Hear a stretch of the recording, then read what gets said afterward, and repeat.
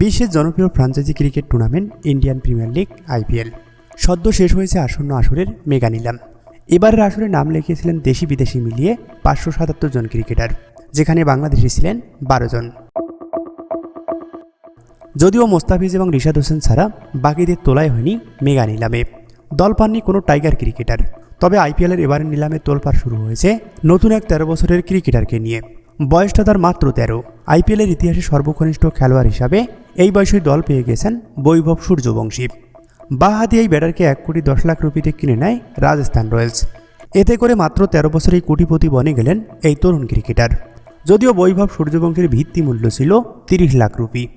এত কম বয়সে এর আগে কোনো ক্রিকেটার আইপিএলের কোনো দলে সুযোগই পাননি। যেই আইপিএল নিলামে বাংলাদেশি 12 ক্রিকেটার সাকিব, রিশাদ, মোস্তাফিজদের অবহেলিত করা হয়, সেখানে দল পেয়ে তাক লাগিয়ে দিয়েছেন এই 13 বছর বয়সী কিশোর।